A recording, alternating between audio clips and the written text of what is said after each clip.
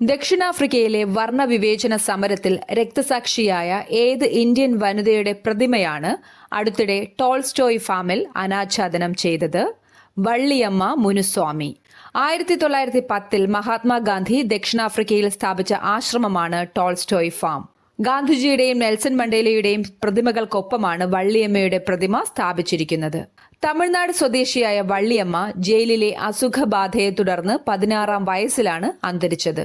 Satyagraha in south Africa എന്ന ഗാന്ധിജിയുടെ പുസ്തകത്തിൽ വള്ളിയമ്മയെക്കുറിച്ച് പരാമർശമുണ്ട്. കേരളത്തിലെ ആരോഗ്യ മേഖല ശക്തിപ്പെടുത്താനായി അടുത്തിടെ 2455 കോടി രൂപ വായ്പ അനുവദിച്ച അന്താരാഷ്ട്ര ധനകാര്യ സ്ഥാപനം ലോകബാങ്ക്. ലോകബാങ്കിന്റെ ആസ്ഥാനം യുഎസിലെ വാഷിംഗ്ടൺ DC ആണ്. അജയ് ബംഗയാണ് ലോകബാങ്കിന്റെ ഇപ്പോഴത്തെ പ്രസിഡന്റ്. ലോകബാങ്കിന്റെ വായ്പാ വിഭാഗമായ IBRD ആണ് വായ്പ നൽകുന്നത്. റെയിൽവേ സ്റ്റേഷനുകളിൽ യാത്രക്കാരുടെ തിരക്ക് നിയന്ത്രിക്കുന്നതിന് കേന്ദ്ര റെയിൽവേ മന്ത്രാലയം അവതരിപ്പിച്ച പുതിയ സംവിധാനം യാത്രി സുവിധ കേന്ദ്രം.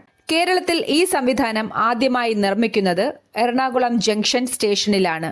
രാജ്യത്തെ തിരക്കേറിയ സ്റ്റേഷനുകളിൽ സ്ഥിരമായ വിശ്രമ ടിക്കറ്റിംഗ് സൗകര്യങ്ങൾ ഒരുക്കുകയാണ് ഇതിന്റെ ലക്ഷ്യം. നിലവിലെ കേന്ദ്ര റെയിൽവേ മന്ത്രി അശ്വിനി വൈഷ്ണവാണ്.